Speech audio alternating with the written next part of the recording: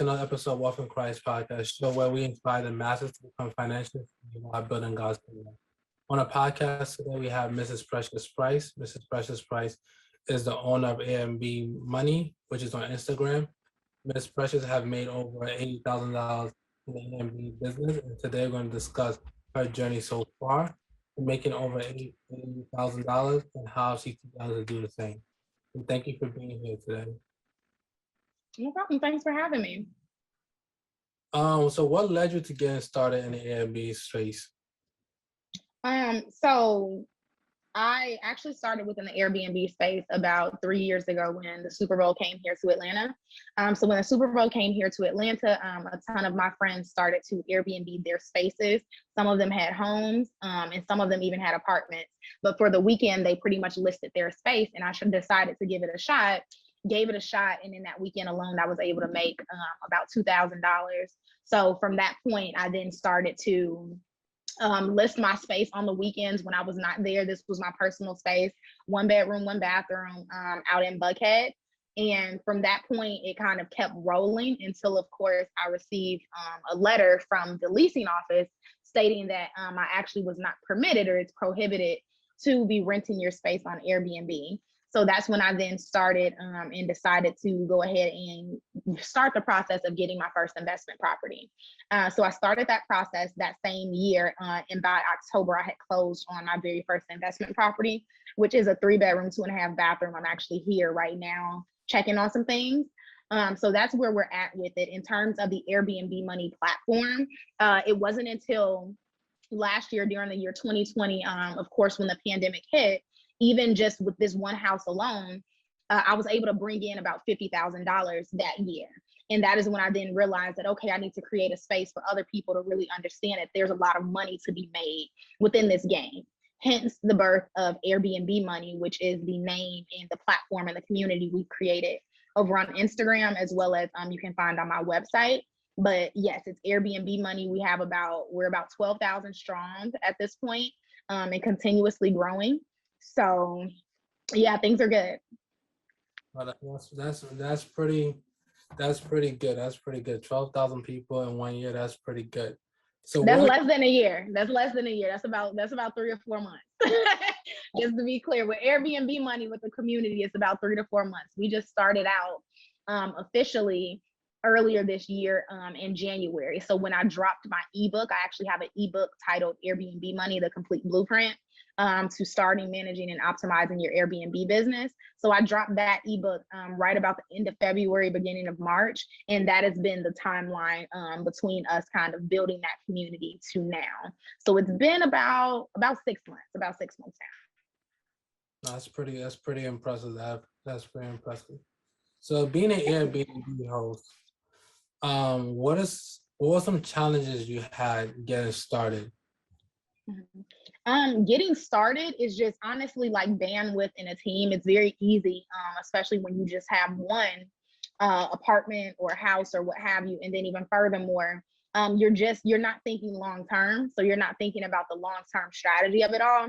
It's very easy to get into an aspect of doing it all yourself. So at the beginning, I was doing a lot myself. I was even cleaning my apartments and my units just because I was wanting to, again, like really decrease the amount of overhead costs that I had, not really understanding the business and understanding that, a foundational principle of being on these platforms and specifically Airbnb is that the guest pays the cleaning fee. So yes, I could clean it myself and I would still have that cleaning fee, but now I'm expending that time that I really do not have, that I could be focusing on acquiring more units. So I would say the most challenging piece of it all is the people. Whether that's your cleaning team and the people who are on your team, or that's the guests and them actually giving you problems and just people being hard to please. Wow. So when did you realize that, you should start running as a business, start building a team, getting people to help you clean so you can still focus on building a business? I would say pretty quickly within having my first unit, I realized that, okay, I need a team. So that was pretty quick. I would say maybe about like after 6 months is when I started to realize like, okay, I can't keep cleaning this huge house myself. I don't have the time. I need to find some consistent people, because even before then, I might bring somebody in, but it was more so like a one-off job. I wasn't really vetting those people.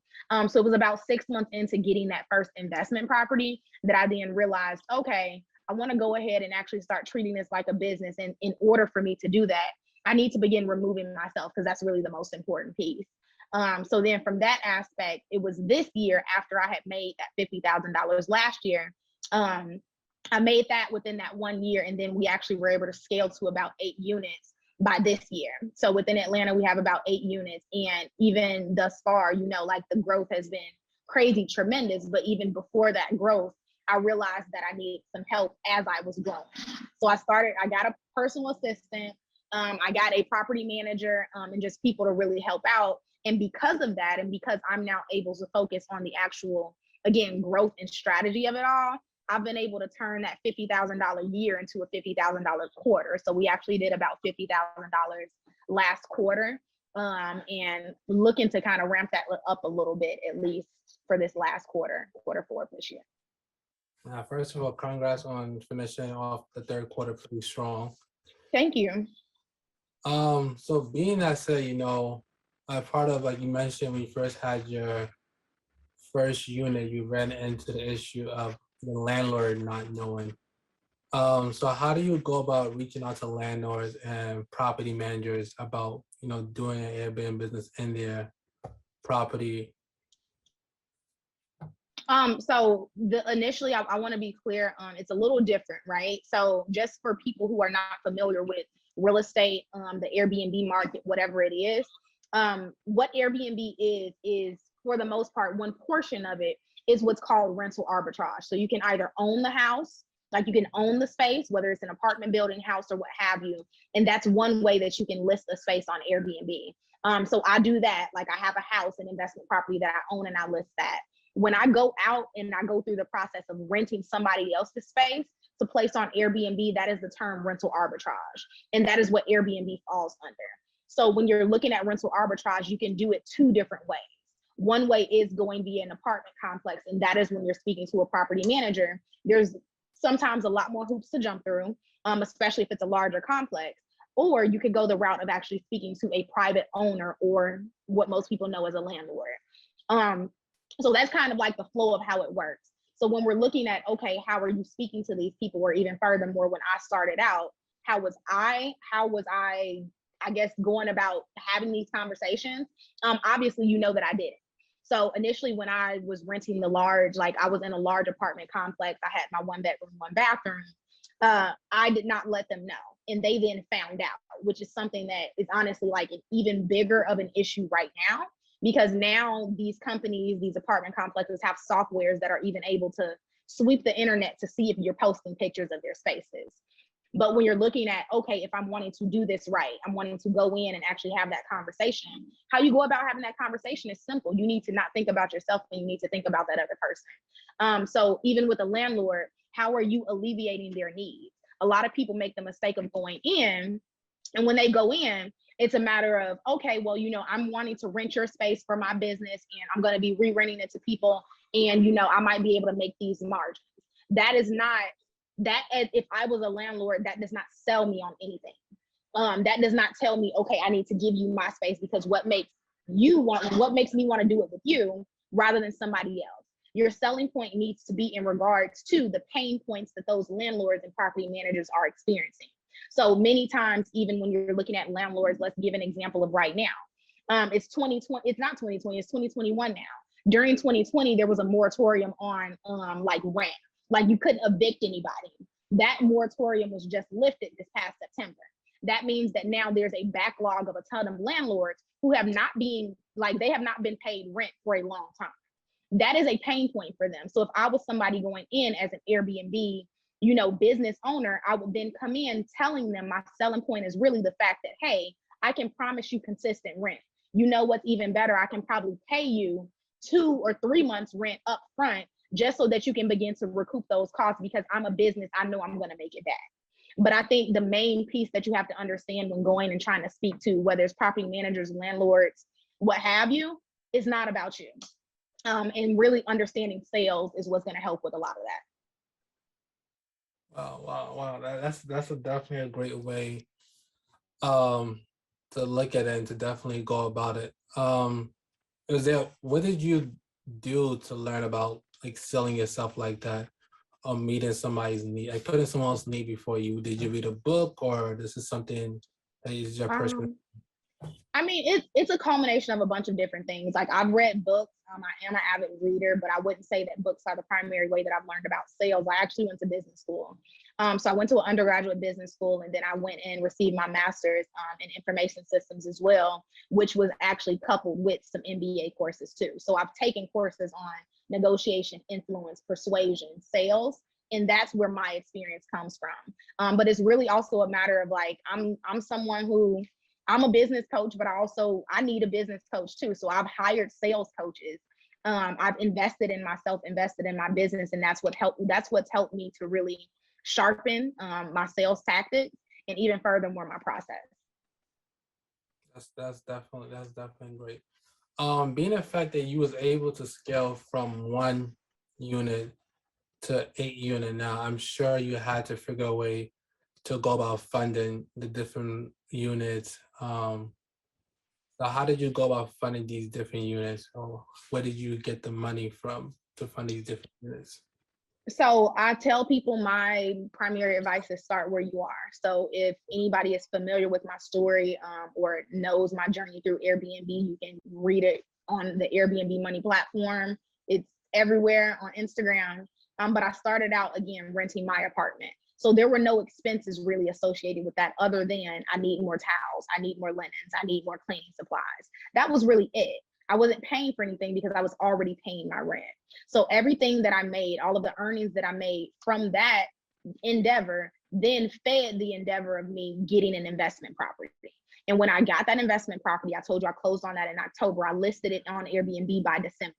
By December, I was making money from my investment property. Making that money from the investment property, I then stepped into the next unit that I then started to, get started on, which was the tiny house. So I do have a tiny house that I rent on Airbnb as well that's located in the back of my investment property. We built that, I designed it, planned it all out, and we now rent that on Airbnb too. But the point that I'm getting at is that I use the money from my initial start to then continue feeding the business. I know a ton of people get into this and you start seeing numbers like $40,000, $50,000 a quarter, and it's very easy for you to start, okay, this is my money. I'm feeling rich. I'm going to go buy myself something. I've always been a person where I understand it's not my money, it's the business's money. So for the most part, for a very long time, when I started out with Airbnb, especially because I was still working a full-time job, a very good 6-figure corporate full-time job in consulting, I didn't have to pay myself from Airbnb. I was already being paid. Airbnb was pretty much a side income. So at that point, everything that was being made, all of the earnings were again just going back into the business and helping me to acquire those additional units. After the tiny house, I then got a rental house in South Atlanta via the rental arbitrage method with a landlord. And then from there, with those earnings that are coming from the investment property, the tiny house and the rental house, I then was able to invest in the apartments and the corporate leased apartments as well. Now, with the corporate leased apartments, I did actually have an investor that helped with that, which is pretty much like just a close friend that I had from high school who wanted to partner with me on these particular units. And we've done that as well. So he actually put up about half, I put up half, and then that's how we got those units. Wow, that's pretty great. I wanted to ask, what made you once you got your investment property, and what made you go through the Airbnb route instead of having tenants rent it on a monthly to month basis? There's a market cap with a long-term tenant. I can't charge a long-term tenant $5,000 a month, what I make from Airbnb at the very least.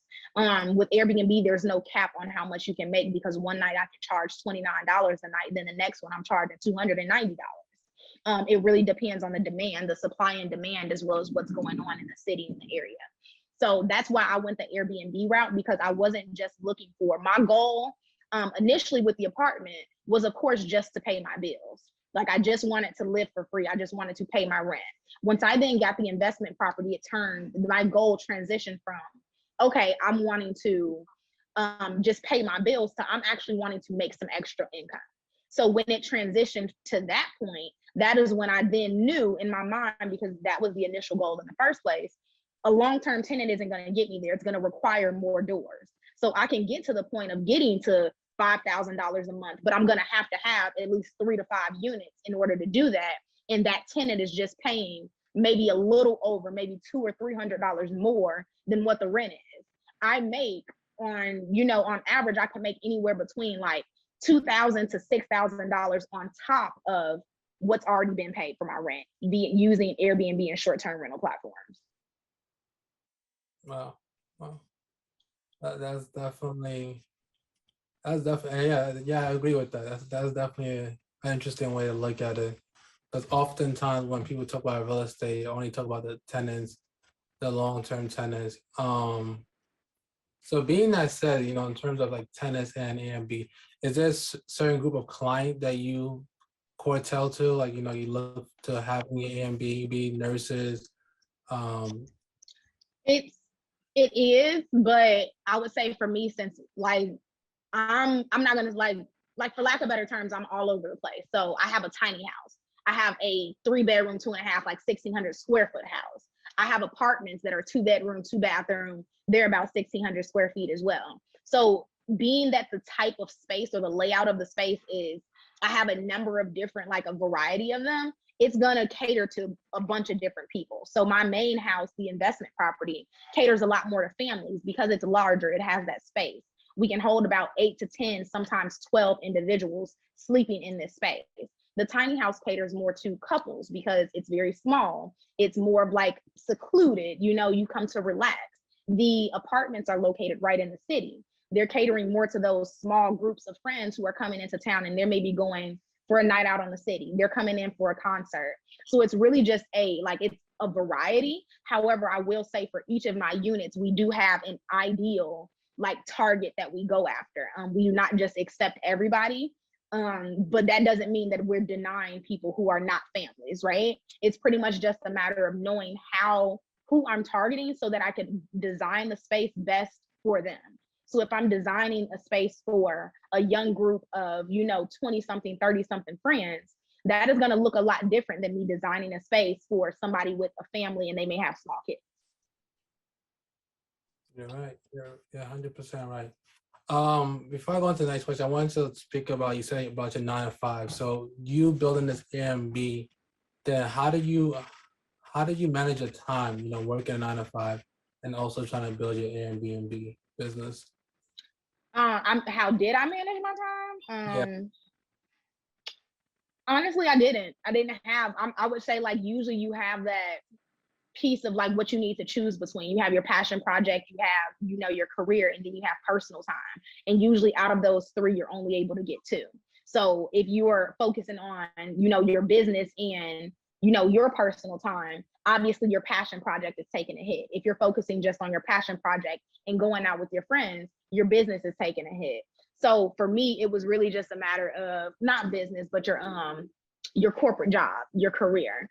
So at that point, I would be completely honest, I did not manage it well. I was very stressed out. I did not go out a ton. It was more so for me, I was looking at delayed gratification.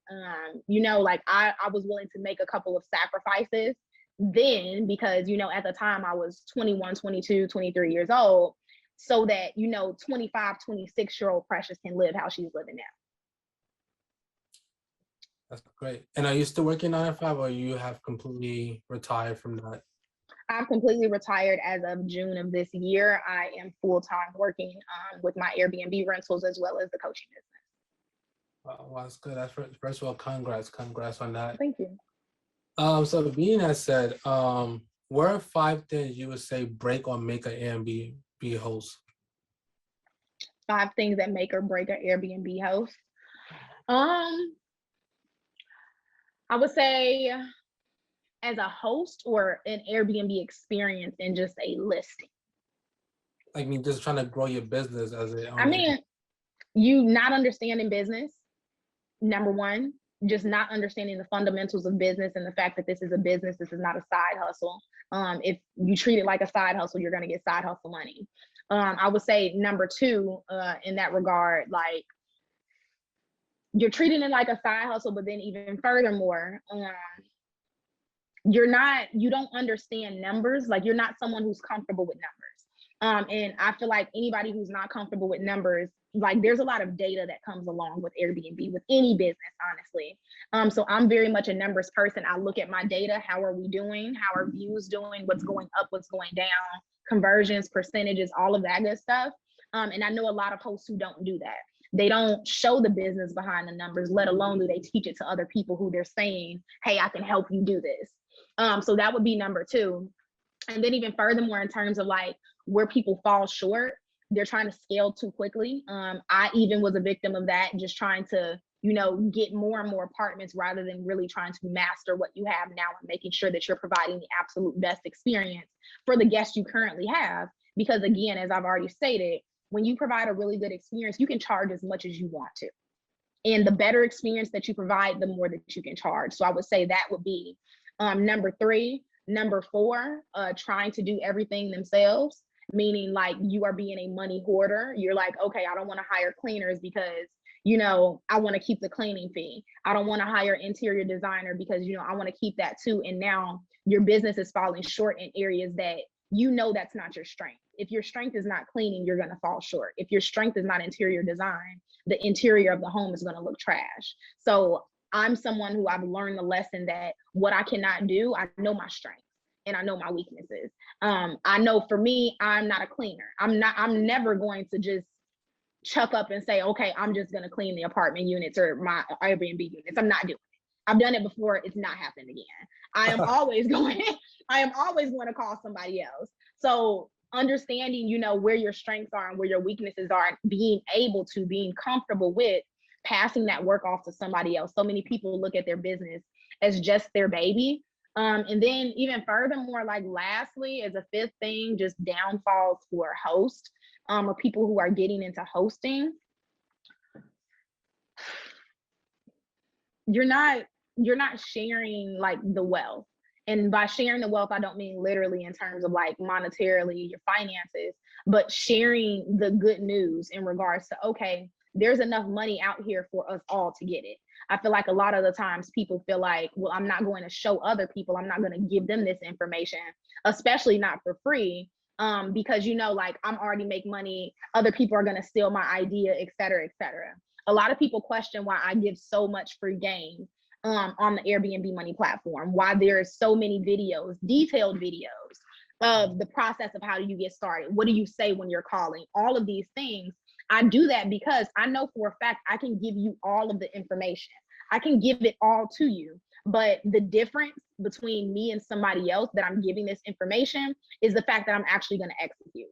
Only 1% of the people who listen to the information are really going to do it. A lot of people like the idea of doing it. They want to sit and, be in that fantasy of, okay, yeah, I'm getting started, I'm building something.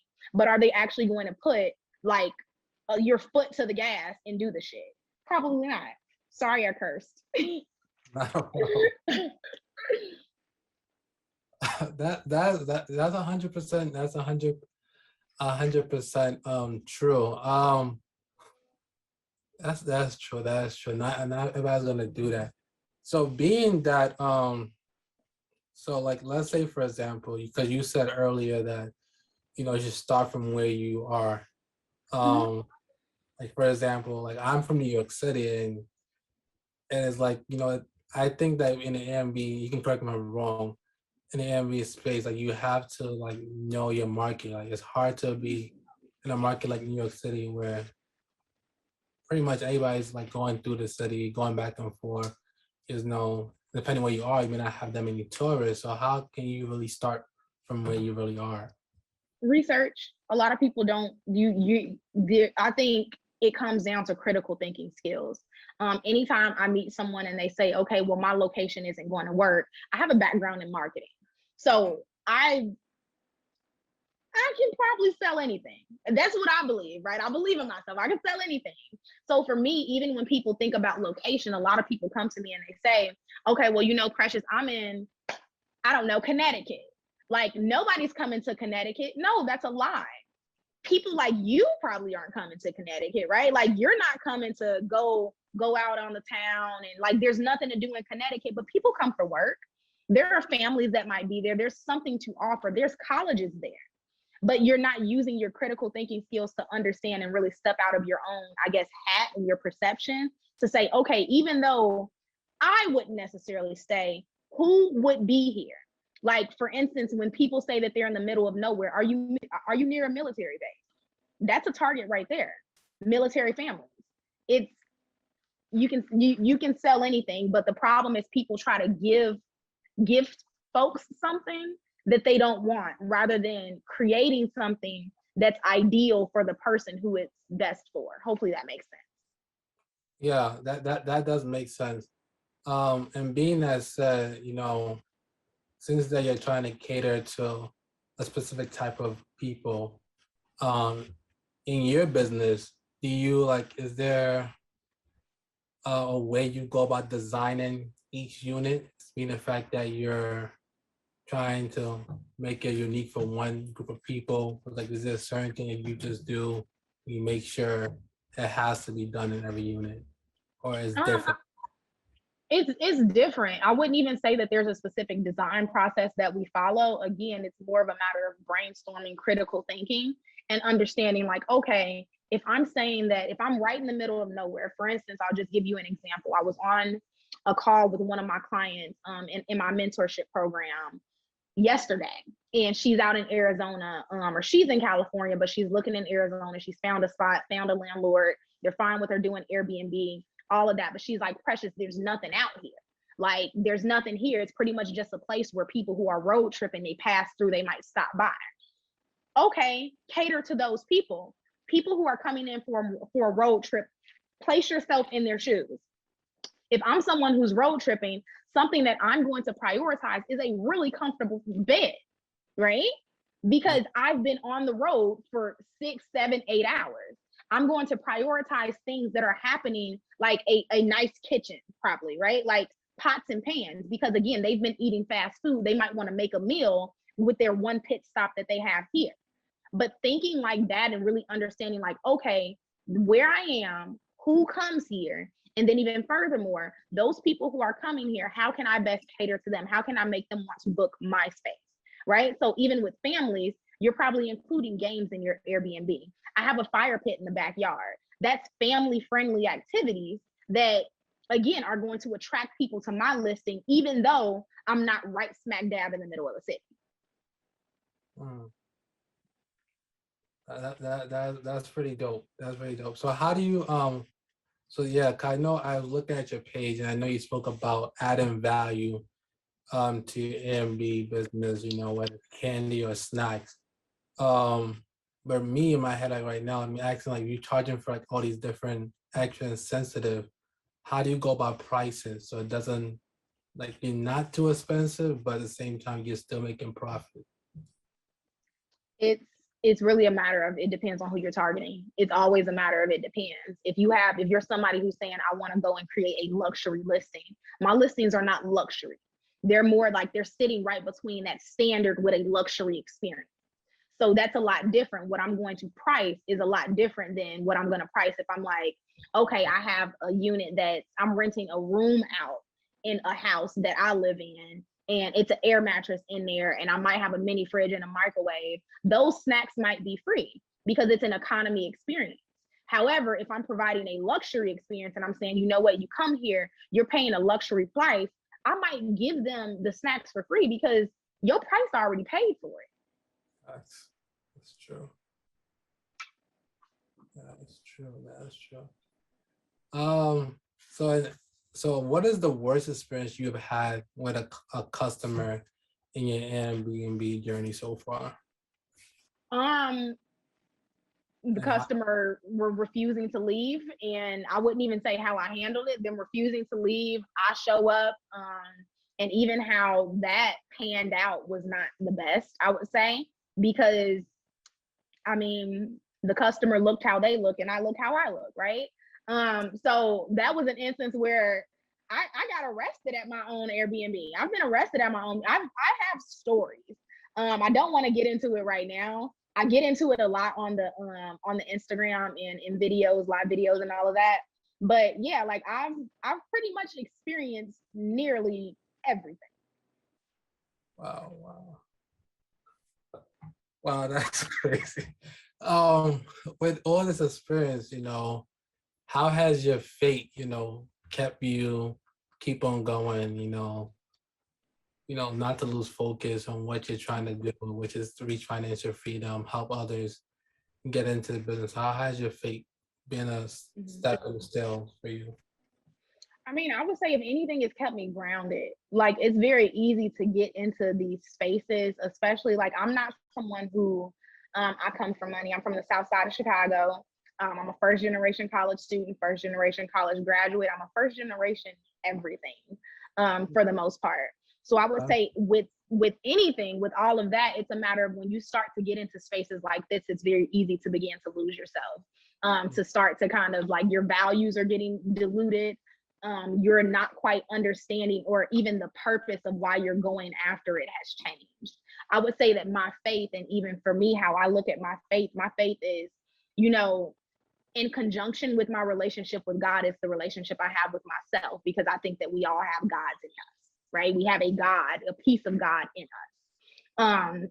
So again, keeping me grounded. So making sure that I understand myself, but then also just having like that upbringing to lean on, that piece of even when you feel alone, because like I said, I'm from the South Side of Chicago. I'm here in Atlanta, Georgia. I don't have family here. I've been here by myself for the last 3 years, doing it by myself. Even in regard to being able to lean on my faith and saying, okay, even though I feel lonely, I'm not alone. Like, because there's always someone with us. Nah, nah, you're 100%, you're 100% right. With that, always God's always with us and trying to guide us. He definitely speaks us through many different ways. Um, Absolutely. oh, that's another question I want to ask. So, I know nowadays people are starting to pair Toro with Airbnb. How do you feel about that? And is that I something think you it's look? perfect. They're both a shared economy. It's absolutely perfect. A lot of things are starting to be shared now, whether they're houses, whether they're cars, shared spaces where you're just able to rent a business space. So I think it pairs very well, and I actually encourage my mentees in my coaching program to do so. So in the program, we actually like it's end to end. It's very comprehensive. So we go from an aspect of really starting your business, getting started with building business credit so that you can leverage that to furnish your Airbnb units, and really making sure that you have your business down pat. Um, so that again, when you get to that point of, okay, I think I want to start a Turo business, you don't have to go out and figure out how you're going to get the money for it. You then can lean on your business credit. I actually just had someone in my coaching program utilize her business credit to get a car that she's placed on Turo. And at that point, when you place it on Turo, you're now offering your Airbnb guests, hey, anybody who's my Airbnb guest, if you're coming into town, you book our Turo, you can get an extra 10% off. So it's very easy to integrate. Is that something you're looking for to integrate into your Airbnb business? No, not into my Airbnb business. I've done Turo before. So I believe it was during 2019. So I've done Turo before and rented my car, made a good chunk of change. But it's really just for me. I think the biggest thing that I've learned over the last couple of years with building all of this is focus is key. So I know I can do anything, but I cannot do everything all at once. That's great. That's important to know. So, where do you see yourself in the next 5 to 10 years? 5 to 10 years. I mean, I definitely will still have my hand in real estate. I just definitely see myself being like, I'm going to be a less active role. I know a lot of people get to a point where it's like, I want to work to get to where I'm the boss. I'm the person who's calling the shots. I want to work to disappear. That's why I do this. So with each and everything that I do, and even with the people that I hire, I don't hire just for the ego of it all. I hire because I need you to take something off my plate so that I can get to a point where I have nothing on my plate and I'm just getting paid a portion of everything. So 5 to 10 years still coaching, but definitely a less active role in my Airbnb units, and even just a less active role in all of my businesses. So I will still be teaching because that's definitely a passion of mine. It's been a passion of mine. But aside from that, I will be honestly probably somewhere along the Gold Coast, the Cape Coast, you know, like in a house, chilling. That is where I will be, and getting paid from the things that I'm doing now, ebooks, webinars, trainings, you know. That's great. And let's quickly talk about your coaching program. If somebody was interested in you joining your coaching program, what can they expect? So with the coaching program, you can expect a complete, comprehensive end-to-end training experience on how do you get started within Airbnb. As I've already mentioned, there are a couple of ways to get started. I've done nearly all of them. Flying under the radar and kind of going behind the leasing office's back, getting an investment property and using that solely for Airbnb, getting a landlord, having a new build. So you're really going to get all of that experience in one, and you're really going to learn the business behind the numbers, which is honestly the main differentiating factor between a ton of the other Airbnb training programs. I will say, at least what I've been told by the 25 plus, people that we've had into the program thus far. It's really a matter of, in regards to topics like corporate leasing and what do you say to landlords, and, how do you really automate the business? How do you keep track so that you're effectively scaling on a quarter to quarter, year to year basis? These are things that we talk about in the program that, other people just don't, because it's a lot more focused on how do you quickly get that unit up, and that's it. But there's a lot more support in that. So it is a 6-week program. It's 6 weeks of curriculum, though you stay in the program, I'd say for a minimum of 3 months. Just as you work to get your business credit built, building your business, finding the unit, getting it listed, and then accepting your first guest. So we officially graduate folks from the program when you get your first rating on Airbnb. That is when you graduate, not necessarily when you finish the curriculum. That's pretty dope that you guide them throughout the whole process. Being the fact that you just had a 50K month, a 50K quarter, what would you say helped you have that kind of quarter, and how are you planning to scale from that? I would say everything that we talked about in terms of those downfalls for hosts, that is how I was able to scale to that point. I know my numbers, I know business, I have a team. I know when to outsource things and when it's like, okay, I can get this done. So that is specifically how I was able to get to about $50,000 for that quarter. It's just consistency, like consistency in knowing my business. This is not, again, I will say it again, I don't treat this like a side hustle. Many people know me know that. And even when it was a side hustle, I didn't treat it like a side hustle because I knew I wanted to make real money from it. So that's really it. It's just knowing my stuff and research and critical thinking. Honestly, if you are looking to get to a $50,000 quarter, I just say follow Airbnb Money on Instagram. That's great. That's great. Being that said, I want to say thank you for your time, Precious. It was definitely great to know more about the Airbnb space, your journey personally. If you can let people know where they can find you and a word of wisdom. Oh, of course. So in terms of where you can find me, you can find Airbnb Money just at Airbnb Money across the board. And then it's always tagged to my personal page. So my personal page is preciousprice.com. And then you can find all of my social media handles are at just Precious C Price. So at Precious C Price is that. Feel free to reach out. If you do have any questions, I do have consultations available. Of course, I have the mentorship program, I have the ebook, and I do have webinar trainings available as well. In terms of a word of wisdom, I would say anybody that, if you have gotten to the end of this episode, the end of listening to me, you've enjoyed what I've said, is really a matter of you're probably looking to get started. So don't let that little voice in your head talk you out of it or make you feel like you're not capable of doing so, because 80% of everything that I've done is a lot more to do with will than skill. You can learn along the way, but you really need to know how to will yourself into doing something. Wow, that's definitely great. That's definitely great.